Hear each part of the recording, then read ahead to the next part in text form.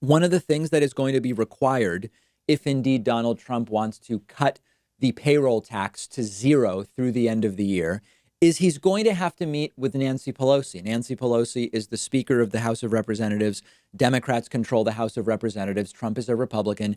Trump's going to need to meet with Nancy Pelosi. And Donald Trump is refusing to meet with Nancy Pelosi about all of the different things he's considering doing, including cutting that payroll tax to deal with the virus. That's basically the whole story. Donald Trump met with Senate Republicans about a response, but Democrats control the House. You need Democrats in order to pass things. Trump proposed a payroll tax cut through the end of the year, but you've got to talk to House Democrats. They control the House. You're not going to be able to do it without them. And Donald Trump is reportedly refusing to meet with Nancy Pelosi, apparently for no other reason that he just wouldn't be able to bear being in the same room as her. Here's Eamon Javers explaining what it is that's going on. Pelosi, it doesn't look like it would be productive at this point to put Donald Trump and Nancy Pelosi in the same room together negotiating face to face. It just doesn't seem like that would end well. So Mnuchin seems to be the guy here. It's a tragic statement that because he's so wounded, and I mean, we're in the middle of a national crisis, and he can't get in a room with the Speaker of the House. Look, I mean, what the White House would say is that's Pelosi's fault, right? Because she ripped up his speech. She's been tough on him. She impeached him.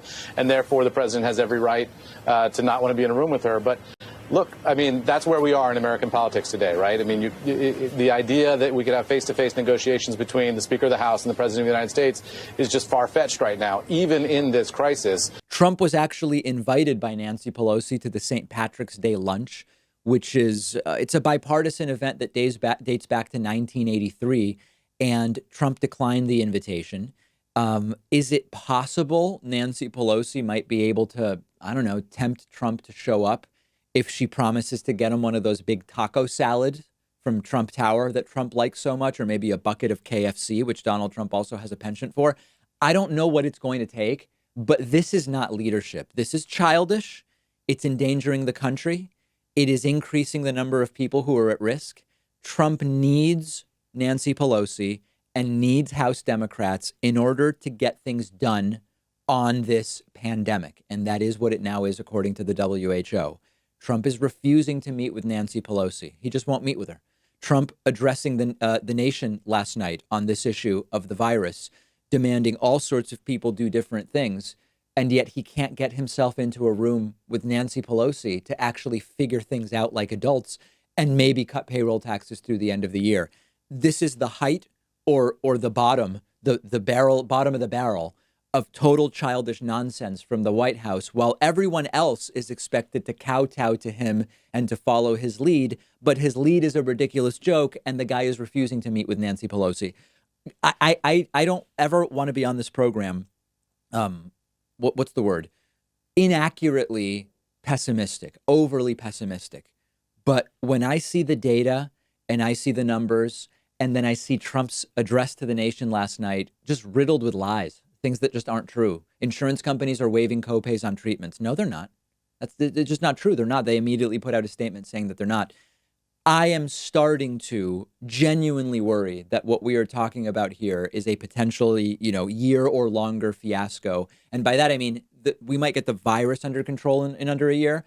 But in terms of the economic repercussions, we could be talking about a year plus or multi-year fiasco if an adult can't get this under control soon. And that's why later in the program, I am going to argue that it is time for Donald Trump to resign.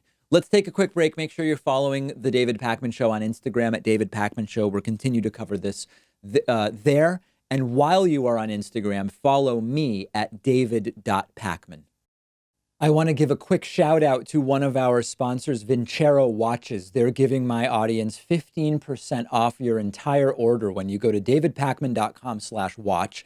Maybe you don't usually wear a watch and you've been thinking about looking for one to elevate your look, or you've been thinking about replacing the one you have. Check out Vincero. It's an American company. All of their watches are built in small batches from high-end materials. They look amazing.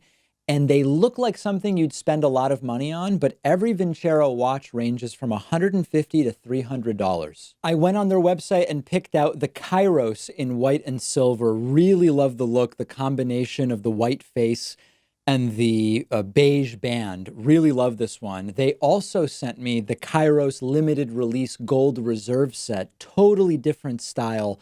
This one would make a fantastic gift for a couple people I can think of in my family. Anytime you see me wearing a watch on the show, I'm wearing a Vincero watch. Go through their collection. I know you'll find something you like, and you'll get 15% off when you go to davidpakman.com/watch.